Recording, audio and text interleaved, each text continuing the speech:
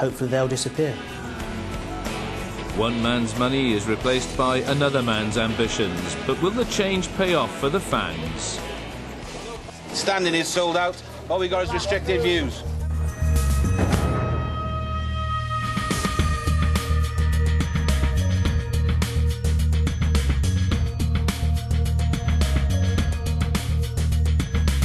Hi, my name is Tony Chapman and I've been a Cardiff City fan for over 30 years now, through thick and thin.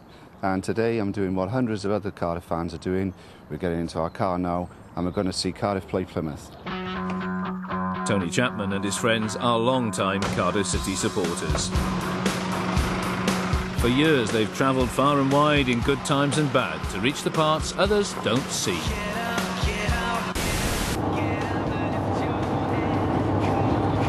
I actually remember going to Carlisle for a game and there was like nearly just under 1,000 fans there. Yeah, which is one of the longest trips. What possessed me ever to go to Carlisle? I don't know, but it just seemed like a good idea at the time. Tony is devoted to his family are devoted to Cardiff City. You name it, they've seen it. And Tony's got the souvenirs to prove it. He's also got thousands of miles on the clock. The early trips really were whoever was available on that moment to take their battered Ford Escort, or if we could get a charabanc or a bus together of some sort, we'd all pile onto that basically. Yeah, looking forward to the game.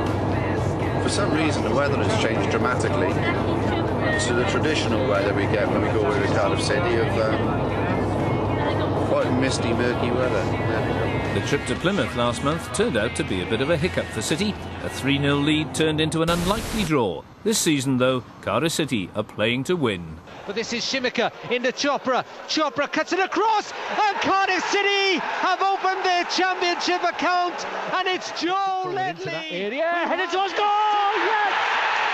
They're back on level terms. Shimika, the former West Bromwich Albion player. Keep playing like that and top-level football will be back in the capital after a gap of 40 years.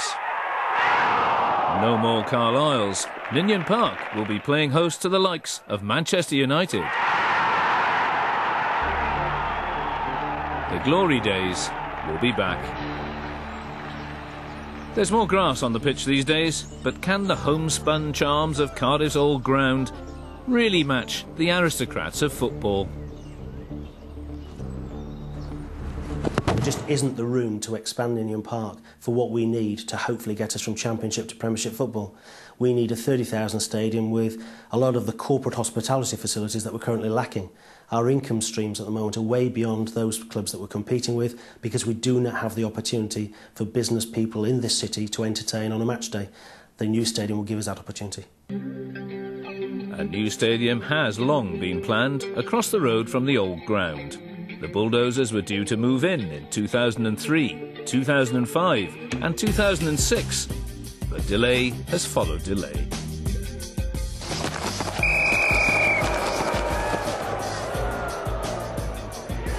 The search for a new home began 6 years ago. David Temmie and other directors had high hopes for the club, but money was tight. They needed a big hitter on board. Enter the former Wimbledon FC owner Sam Hammam, who bought the club for £3 million.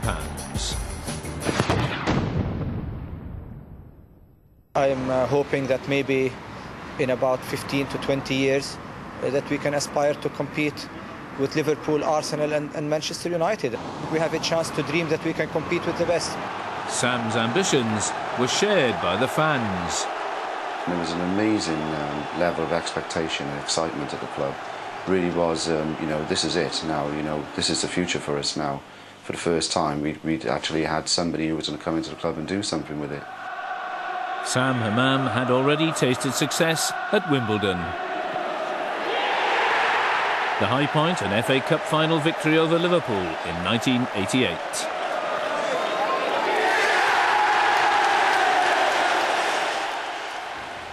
But the Dons' days at the top were numbered, and the club's decline started with plans for a new stadium.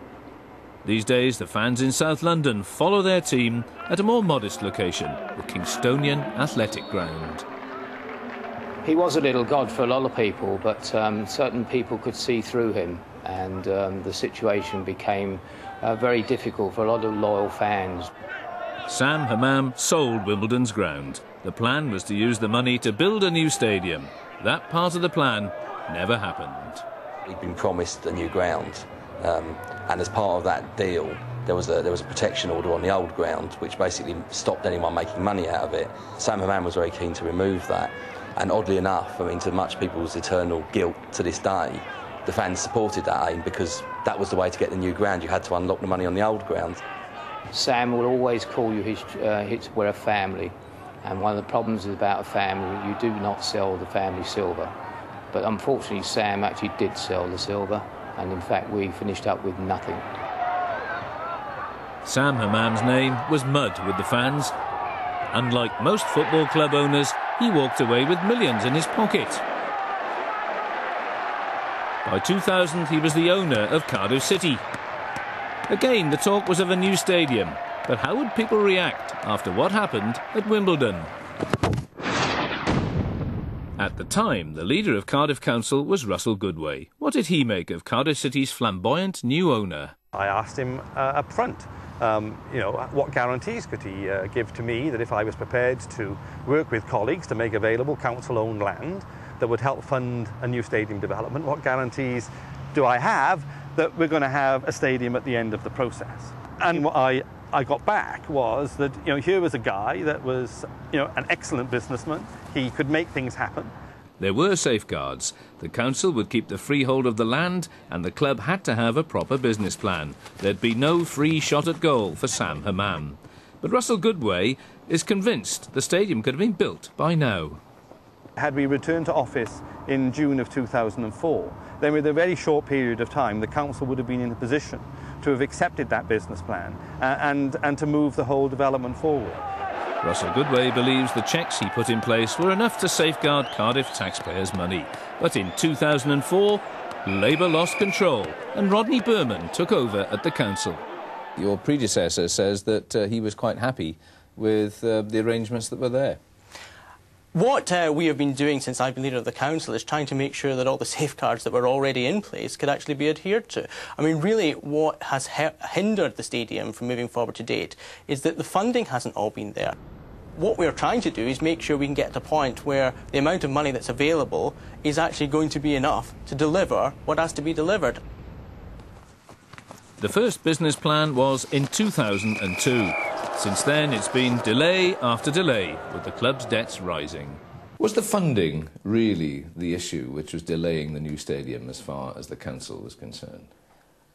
Funding is one of a number of issues the council wanted to know about. Obviously, I think in the past they've had experience with the Olympic swimming pool or the international swimming pool where there was a problem, and I think they wanted to be reassured that the stadium would be built before a retail park was completed. So the full funding package had to be in place. I think we are now demonstrating that funding package is available and the stadium will be built. Back at Ninian Park, the season's successes continued. Right, we've arrived at the ground for the Luton game. It's a nice Saturday afternoon fixture, like the football will be 3 o'clock kick-off. Hoping for a good result today and a bounce back from the Plymouth game.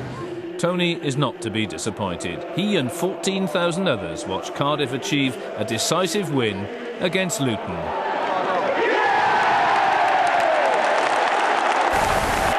Crossing from the right, oh, it's another goal! It all helps cushion the frustrations off the field as fans wait to find out when their new home will be built.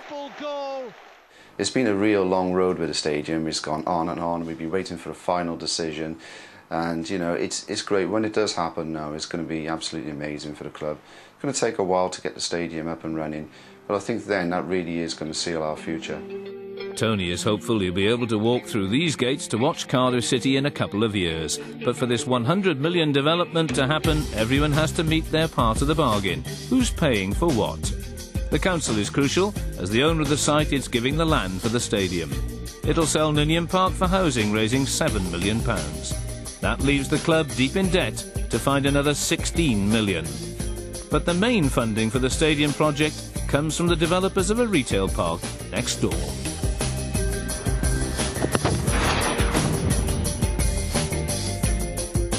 So the retail park would help build the stadium. But does Cardiff really need another retail park?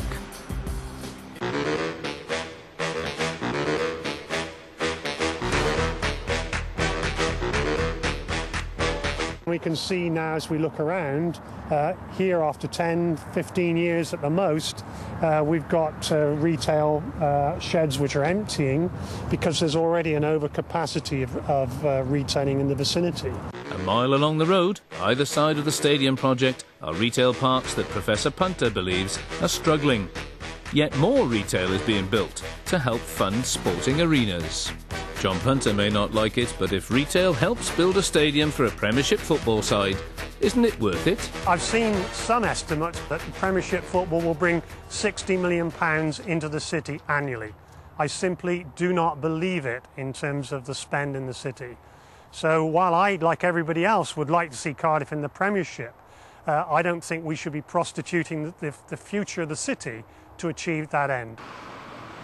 So should Cardiff be building more shops simply to fund big sports projects like the new football stadium?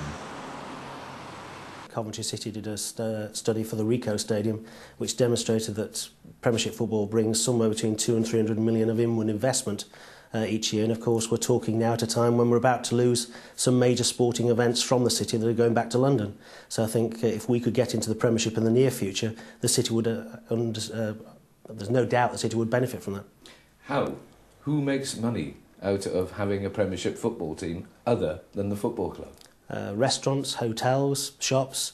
I think you've only got to go down to the Millennium Stadium when there's a football match being played and ask the people around in the pubs and clubs how much money is spent that weekend or on those match event days. Chopper into the penalty area, Ledley comes in, it's 3-0 Cardiff City.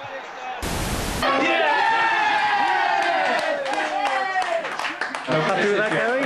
Oh, definitely. This is makes the day. Makes the day. Loyal supporter Tony and his friend Gary celebrate another City goal.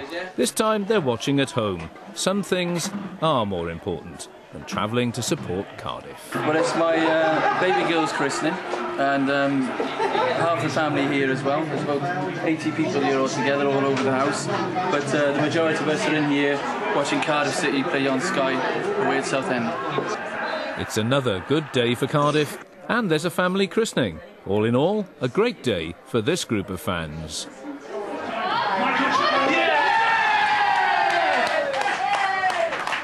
It's gone to Shimika just before half-time, that's great.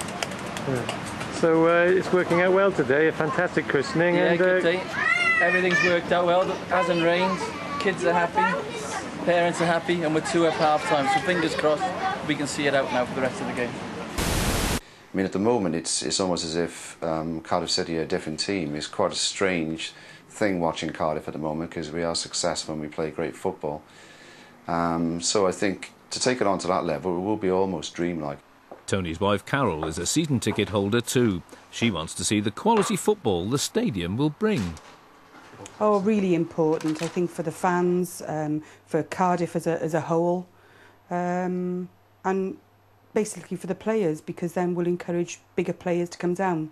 Not that I don't think the players now are at the moment are a really good high standard, but it's to encourage bigger players to come down as well to help us get into Europe, basically. Mike, you ready? Supporters like Tony long for that new stadium. Yes. Last year, the club was predicting that work would begin in May 2005. So why hasn't it? Bye. See you later. Bye.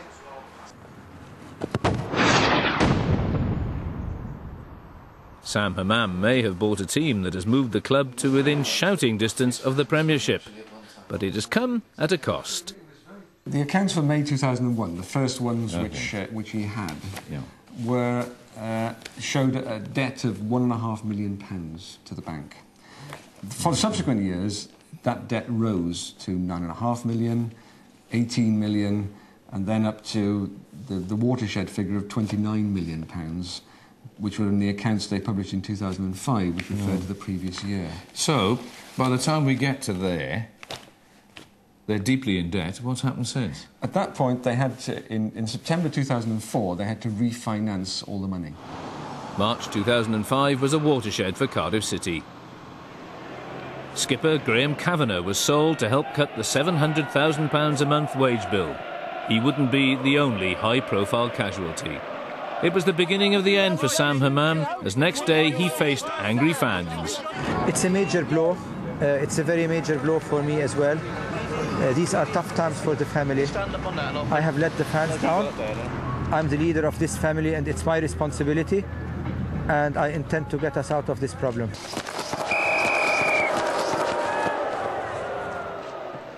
For Tony and his family of supporters, this was frustrating. But they remained hopeful.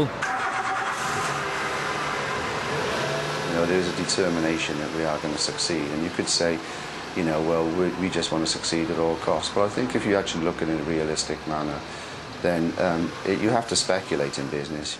The majority of clubs have debt. It's an expensive business now to buy footballers, to pay their wages. It's a lot of running costs. The mounting debts revealed meant that the May 2005 start deadline couldn't be met. The club wanted the green light from the council as soon as possible for the business plan to work. Council wanted the sums to add up before they would give the go-ahead. One of the reasons for the delays is that your consultants, Deloitte, looked at the business plan and didn't like it. Well, the point was the funding wasn't all there. And part of the way that we've been working to get the funding has been working with the club, working with the retail developer partners to make sure that things like getting enough pre-lets on the retail park have been achieved so that the funding can then come from that. We've also been working with the club to tell them about what they need to do to make sure that they have the relevant loans in place and the relevant guarantees on those loans so that any funding that is required to top up what's coming in from other sources is actually there. Well, you've had to spend, I think, about £500,000 in scrutiny so far to get to this point, and we're still not at the point where you think the football club sums add up. Not yet, but I think we've definitely moved in the last year. The club needed help. Sam Hammam signed a new recruit to the board. Former Leeds United chairman Peter Ridsdale had a background in retail and football.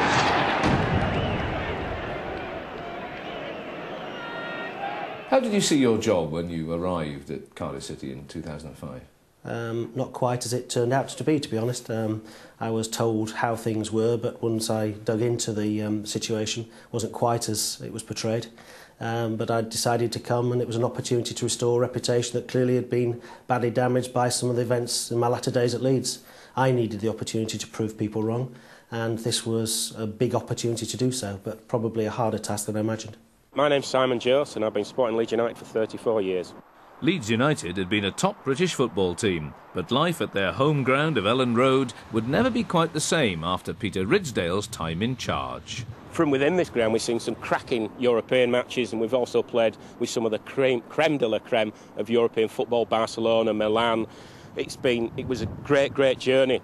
The journey seems to have hit a cul-de-sac now because we don't own this ground, we don't own our training ground up in Thorpe Arch. We made the biggest pre-tax loss of any club in British football, and we're still paying the price for it.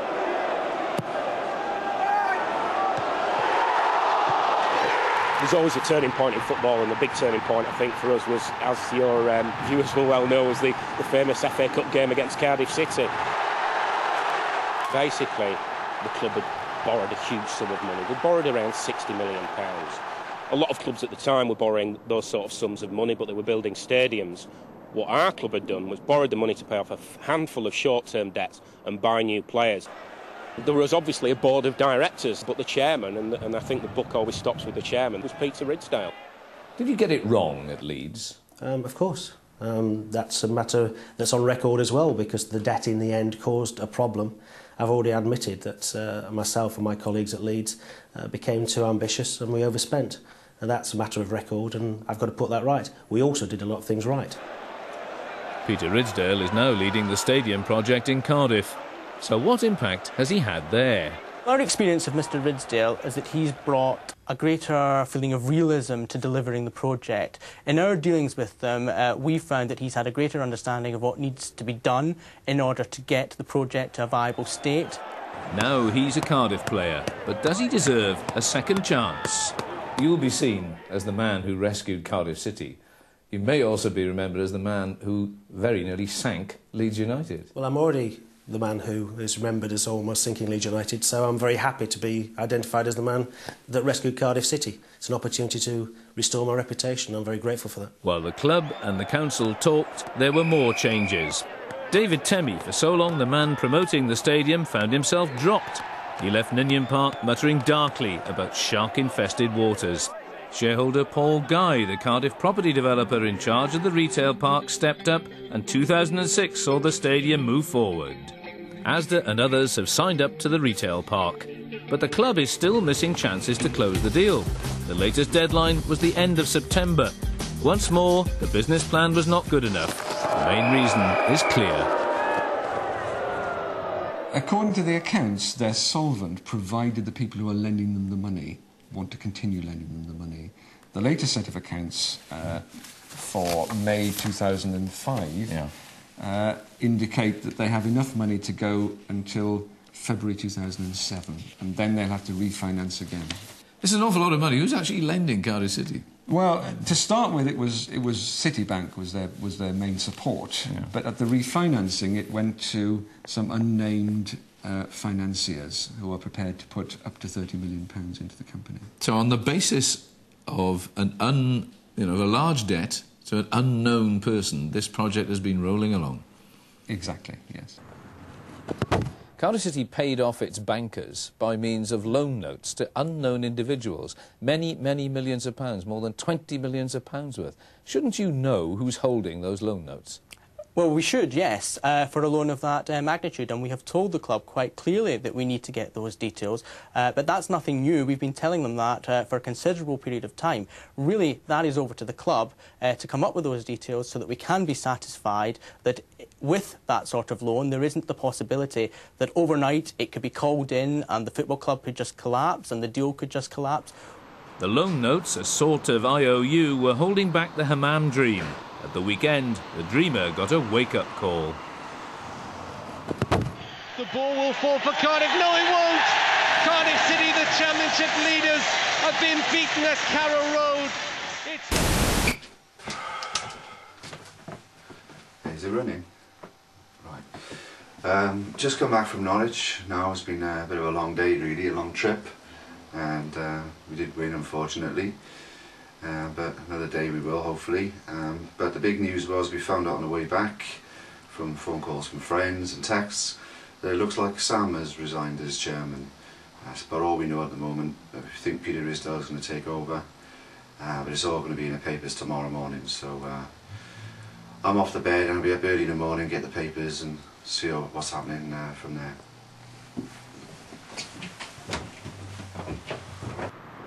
Next morning, the papers arrived and duly confirmed that Sam had gone. And Risdale is now the chairman. It's a little bit sad. You know, there has been days where you think, well, you know, what has Sam done here or there? But I think he's a real character, and he's obviously brought us from basically the bottom, the dungeon of the Football League, right up to where we are now. So I think he does deserve a lot of credit.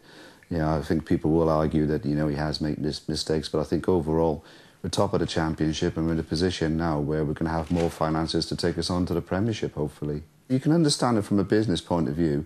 As a fan, you do sort of feel let down because you want to know what's going on with your team. But you can sort of understand it in a way. If they're pulling off a big deal, they want to keep things fairly tight if they can. Sam Hammam steps down from the board and onto the sidelines. A consortium led by Peter Ridsdale will work alongside the developers. The loan notes will be repaid through the new investment, initially with an injection this Christmas and then with further injections by the 31st of December of 2007. How much are you going to repay before Christmas? There will be £9 million of loan note repayment prior to Christmas of this year. So there's still £15 million out there? There's £15 million out there, but we've identified the sources by which we pay that down within the period leading up to 31st December 2007. I'm happy that the funds will be in place to do so. Exciting times, but fans are well advised to check the detail. And the question of who owns that stadium. In 2001, it was just Cardiff City Football Club. Now you've got Cardiff City Football Club, which is wholly owned by Cardiff City Football Club Holdings Limited. So it's entirely possible that when this is built, if it is built, club and ground will be separated, that in fact the club that people have followed for years and years and years will not own the ground. There'll be a holdings company which may well hold the club and the stadium separately. So the idea of this is to protect the investors, so that if the club were to fold, the stadium still exists. If the stadium folds, then the club still exists. Some fans will be worried about the possible separation of club and ground, that you could end up in the circumstances where you get the new stadium, but it's not owned by the club. I don't understand how that can happen, because the council have built safeguards into the agreement to ensure that the club can't dispose or do a sale and lease back on the stadium without council prior approval. Clearly we recognise what superb benefit the club is getting from the opportunity to build this new stadium. The stadium will be built for the good of the football club and its supporters, and that's exactly how it will stay. If the club does fold, will the council want the lease back? That wouldn't necessarily be what we would want to happen in that case. We wouldn't, for instance, always want to take on the financial headaches that might result from a football club going bust. So we have to look at that very carefully, but I think what we're concerned is that we do get a stadium delivered. So how will the deal be delivered? What I've done is hire somebody in the City of London called Keith Harris from Seymour Pierce to find investment from normal financial institutions to take out Sam Hammond's shareholding to make sure it isn't debt but it's equity investment. So they're putting money in for Sam's shares to reduce the debt, to leave us debt-free within 12 months. What do they get in return? They get the shareholding of the football club, and I assume they're doing it because they think that with the new stadium and with a successful team, those shares will be worth more than they're paying today.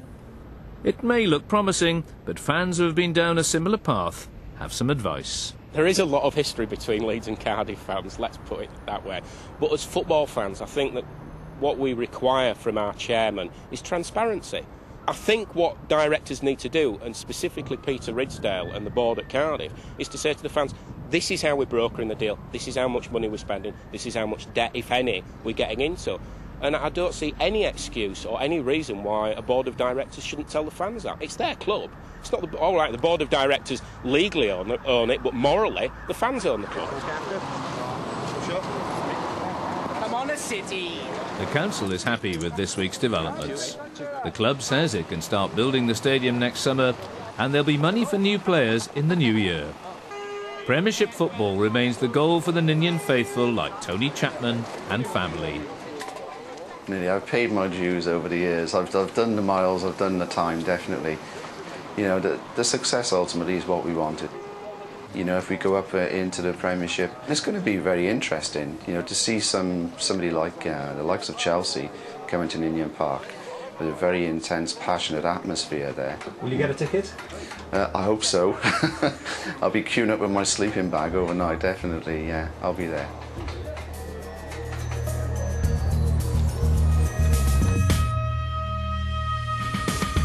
Next week, we investigate the care of the elderly mentally ill and ask whether some patients are being failed.